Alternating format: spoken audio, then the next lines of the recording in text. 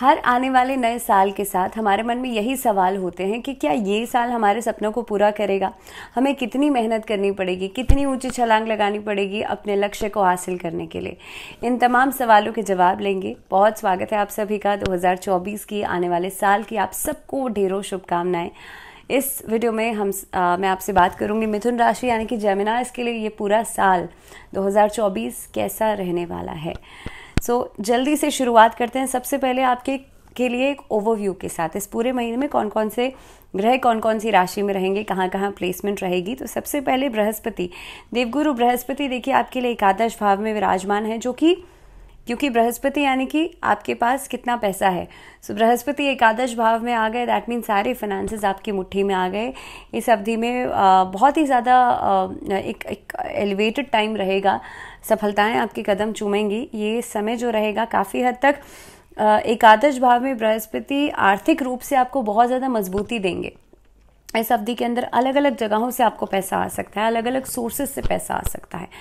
Now coming on to the यहाँ पर देखिए वैवाहिक जीवन में भी जो समस्याएं थी वो काफ़ी हद तक कम हो सकती हैं, क्योंकि बृहस्पति वैवाहिक जीवन के भी कारक हैं। साथ ही साथ में जो लव रिलेशनशिप्स हैं वो भी काफ़ी हद तक आप देखेंगे कि विवाह में तब्दील होते हुए नजर आएंगे।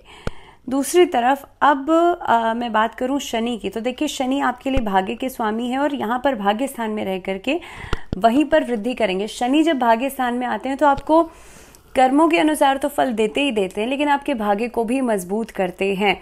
यहाँ पर आपने जितना सोचा है उससे आपको बढ़ चढ़ के ज़रूर मिलेगा, लेकिन मेहनत ज़रूर करवाएंगे। शनि हमेशा हार्डवर्क की प्लैनेट है, तो मेहनत तो करवाएंगे ही करवाएंगे, लेकिन साथ ही में आपको इसके साथ साथ रिजल्ट्स भी बहुत बढ़िया देंगे। मान सम्मान आपको मिलेगा।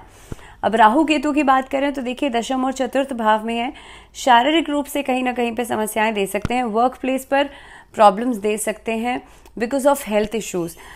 इस अवधि के अंदर परिवार में थोड़ी सी अशांति पैदा हो सकती है। कब कब होगी, कैसे कैसे होगी, इसकी हम बात करेंगे।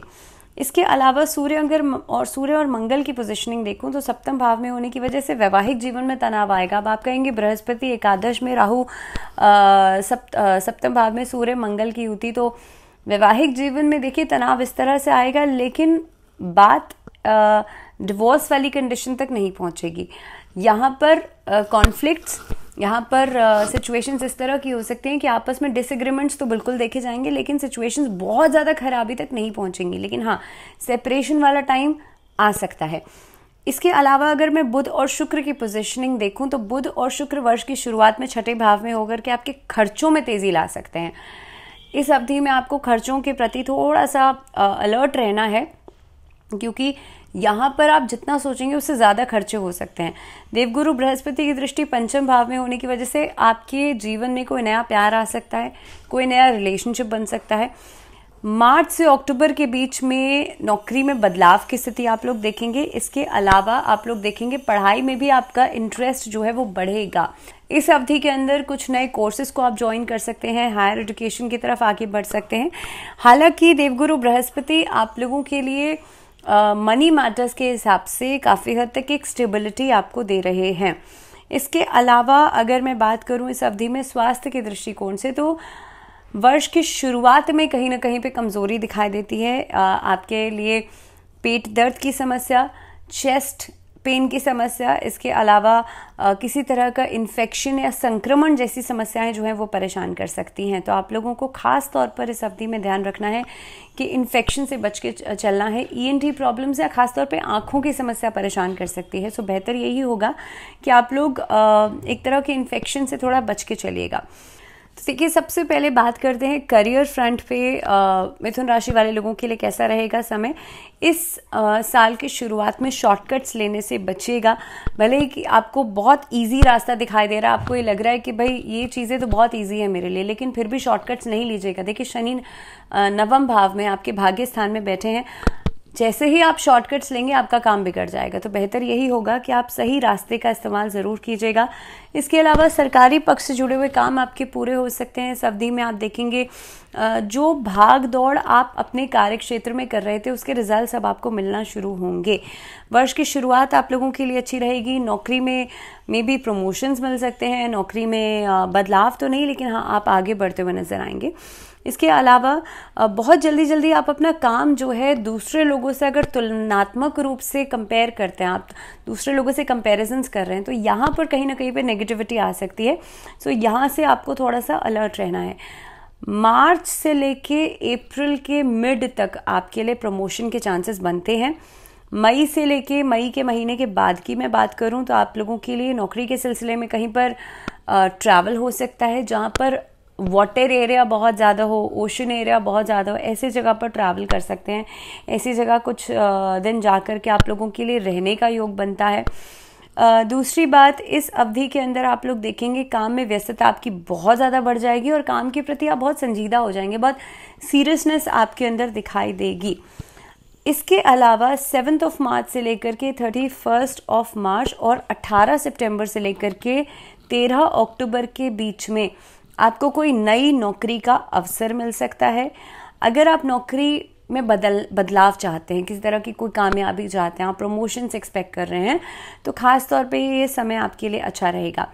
मई के महीने में आपके लिए किसी विभाग से जुड़ा हुआ कोई परिवर्तन हो सकता है। इस अवधि में जो अधिकारी हैं वो लोग आपको सपोर्ट करते हुए नज़र आते हैं, या फिर कहीं ना कहीं पे कुछ ऐसे वरिष्ठ लोगों से थोड़ी सी परेशानियां इस अवधि में बढ़ सकती हैं। खास तौर पे ये जो टाइमिंग मैंने बताया है, हालांकि अधिकारी सपोर्ट कर रहे हैं, लेकिन जो सरकारी विभाग हैं ऐसी जगहों से आपको ज़्यादा सपोर्ट मिल सकता है। इसके अलावा अगर मैं बात करूं आपके लिए वित्तीय स्थिति की, आपके लिए फाइनेंसेस की, तो देखिए फाइनेंसेस के लिहाज से बृहस्पति जो है वो बहुत अच्छे भाव में विराजमान है, एकादश भाव में है। दूसरी बात, उनके ऊपर नवमेश शनि की दृष्टि पड़ रही है, तो वित्तीय तौर से आपकी मजबूती बहुत बढ़िया दिखाई देती है। इसके अलावा देखिए पैसा बहुत ज़्यादा आएगा और लगातार आएगा भी, लेकिन कहीं ना कहीं पे किस तरह से आप संभाल रहे हैं वो आपको देखना है। बीच बीच में इस तरह के खर्चे बढ़ सकते हैं जो कि सडन आपके ऊपर एक्सपेंसेस के रूप में आएंगे, और अलग अलग जगहों से एक्सपेंसेस जो हैं वो होते हुए नज़र आते हैं। मे बी फैमिली मैटर्स के ऊपर, हेल्थ मैटर्स के ऊपर, आपने कहीं से कोई प्रॉपर्टी खरीदी है, तो इस तरह की चीज़ों में खर्चे होते हुए नज़र आते हैं। लगभग 1 मई को जब बृहस्पति द्वादश भाव में प्रवेश करेंगे आप लोगों के लिए, तो खर्चे जो हैं वो बराबर रूप से होना शुरू हो जाएंगे, और आप देखेंगे कि इस अवधि के अंदर धार्मिक चीज़ों के ऊपर खर्चा हो सकता है। इस अवधि के अंदर आपके घर परिवार के ऊपर खर्चा हो सकता है, कुछ शुभ कार्यों के ऊपर खर्चा होता हुआ नजर आता है। हालांकि जो शनि है उनकी जब दृष्टि पड़ रही है, तो ये आपके लिए आपके जीवन में पैसे की स्टेबिलिटी भी आपको देंगे, तो उसके लिहाज से बहुत ज़्यादा परेशान होने की ज़रूरत नहीं है। फरवरी से मार्च के बीच में किसी भी तरीके का अगर को आप कोई जोखिम लेने के बारे में सोच रहे हैं तो उससे बच करके चलिएगा। इस अवधि में शेयर मार्केट में निवेश कर रहे हैं, बहुत सोच समझ के कीजिएगा। अप्रैल से जून के बीच का जो समय रहेगा वो बहुत ही बढ़िया रहने वाला है इन टर्म्स ऑफ फाइनेंसेस, तो अगर कोई रिस्क भी लेना है तो आप अप्रैल से जून के बीच में लीजिएगा। इस अवधि में वित्तीय स्थिति आपके लिए बहुत ही बढ़िया रहने वाली है। बात करते हैं वैवाहिक जीवन की, और वैवाहिक जीवन के लिहाज से साल की शुरुआत बहुत अच्छी रहेगी। इस साल की शुरुआत में विवाह होने का योग बन रहा है। इस साल की शुरुआत में आपके किसी पसंदीदा व्यक्ति से आप विवाह कर सकते हैं। हो सकता है कि आप किसी को मैरिज के लिए प्रपोज करना चाह रहे हो, and you may get the chance to propose that person. इस अवधि के अंदर आप लोग देखेंगे कि अगर आप, क्योंकि सूर्य मंगल की जो पोजिशनिंग है वो बनती है 7th हाउस में, तो जो लोग ऑलरेडी मैरिड हैं उनके लिए ईगोइस्टिक इश्यूज होते हुए नजर आते हैं, उनके लिए बात बात पर उग्रता बढ़ती हुई नजर आती है, डोमिनेंस वाली प्रॉब्लम्स जो है वो नजर आ रही हैं। तो आपके स्पाउस के साथ जो लड़ाई झगड़ा हो रहा है उसकी वजह से आपके स्वास्थ्य में यहाँ पर गिरावट आती हुई नजर आती है। इस अवधि के अंदर आप देखेंगे जनवरी से फरवरी का महीना जो रहेगा, ससुराल पक्ष से कहीं ना कहीं पे बातचीत को लेकर के वाद विवाद पैदा हो सकते हैं, थोड़ा सा अलर्ट रहिएगा। ऐसी स्थिति बन सकती है कि झगड़े के बाद कुछ समय के लिए आप बातचीत ना करें, तो इस तरह की परिस्थितियां जो है वो जनवरी से फरवरी के महीने में बनती हुई नजर आती है। लेकिन ये परिस्थिति ससुराल पक्ष वालों के साथ बन सकती है, आपस में हस्बैंड वाइफ के बीच में नहीं। जीवन साथी को लेकर के अगर आप खासतौर पर एक तालमेल की या एक परस्परता की बात करूं मैं, तो यहाँ पर स्थितियां बेटर हो रही हैं। खास तौर पे आपके लिए जून से अगस्त तक का महीना और अगस्त से अक्टूबर तक का महीना जो है ये बढ़िया रहेगा। आप अपने स्पाउस के साथ, आप अपने लाइफ पार्टनर के साथ कहीं घूमने फिरने जा सकते हैं। इस अवधि में एक वैवाहिक रिश्ता जो है उसमें तालमेल भी बनता हुआ नज़र आता है, आपस में एक कंपैटिबिलिटी अच्छी बनती हुई नज़र आती है। इसके बाद अगर मैं बात करूं व्यापार की, तो देखिए व्यापार के सिलसिले में, ये व्यापार की स्थिति को देखते हुए सूर्य, मंगल, बुध और शुक्र, इनके प्रभाव से व्यापार में थोड़ा सा उतार चढ़ाव साल की शुरुआत में ज़रूर रहेगा। लेकिन अगर आप साझेदारी में कोई काम करते हैं तो वहाँ पर आपको बहुत ज़्यादा सतर्क रहने की ज़रूरत है। इस साल के अंदर अंदर अप्रैल के महीने से स्थितियां बेहतर होती शुरू होंगी, जिसमें कि अगर आप कोई खुद का व्यापार करते हैं, ऐसा कोई सोल प्रोपराइटरशिप वाला काम है, तो वहाँ पर स्थिति बेहतर हो सकती है।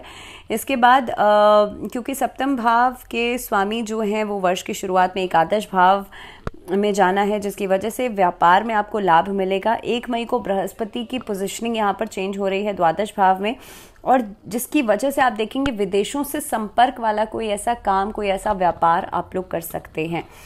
इस अवधि के अंदर व्यापार के सिलसिले में विदेश यात्राएं नजर आती हैं, व्यापार का विस्तार आप करते हुए नजर आते हैं। मे भी ऐसा एक्सपेंशन हो सकता है जो कि आपके लिए उन्नतिदायक रहेगा। 24 अप्रैल के बाद स्थितियां बेहतर हो सकती हैं। उसके बाद 13 अक्टूबर से लेकर के 7 नवंबर के बीच में व्यापार को लेकर के थोड़ा सा सजग रहिएगा, थोड़ा सा इस अवधि में अलर्ट रहिएगा। किसी तरह की कोई फ्रॉड आपके साथ नहीं हो जाए, किसी तरह की कोई पैसे में के लेन देन में आपको सतर्क रहने की ज़रूरत है। सो ये टाइमिंग ऐसे हैं जिसपे कि आपको अलर्ट रहना पड़ेगा। दूसरी बात, अब मैं बात करूं आपके लिए ख़ास तौर पे ये जो समय रहेगा स्वास्थ्य के लिहाज से कैसा रहेगा। तो वर्ष की शुरुआत में क्योंकि शुक्र और बुध की पोजीशनिंग छठे भाव में है, सूर्य मंगल सप्तम भाव में है, स्वास्थ्य संबंधी समस्याएं इनिशियल फेज में बढ़ती हुई नजर आती हैं। पहली बात तो ये है, आप अपने रहन सहन में बहुत ज़्यादा सावधानी बरतिएगा, अपनी इम्यूनिटी को स्ट्रॉन्ग कीजिएगा। 2 अप्रैल से लेकर 25 अप्रैल के बीच में खास तौर पे आपकी राशि स्वामी जो है वो वक्रत्व स्थिति में रहेंगे, और 8 फरवरी से लेकर के लगभग 15 मार्च के बीच में इस अवधि में अस्त होने की वजह से स्वास्थ्य संबंधी प्रॉब्लम्स, परेशानियां आपके सामने आएंगी। ये समय कुछ ऐसा रह सकता है कि जिसमें कि अगर आप अच्छी आदतें अपने दिनचर्या में शामिल करते हैं तो आपकी सेहत बेहतर हो जाएगी। लेकिन वहीं पर अगर आप लेजीनेस, बैक ऑफ करेंगे, बहुत ज़्यादा अपनी सेहत पे ध्यान नहीं देंगे, खान पीन पे ध्यान नहीं देंगे, तो वहीं पर चीज़ें खराब होती हुई नजर आएंगी। तो ये टाइमिंग ऐसा रहेगा, अगर आप स्वास्थ्य बेहतर चाहते हैं ना, तो अपनी आदतों में एक सही दिनचर्या का पालन ज़रूर करें। सुबह उठें, मेडिटेशन ज़रूर करें, योग ज़रूर करें। आप अपने खान पीन में लापरवाही नहीं बरतें, बहुत ज़्यादा बाहर का खाना नहीं खाएं।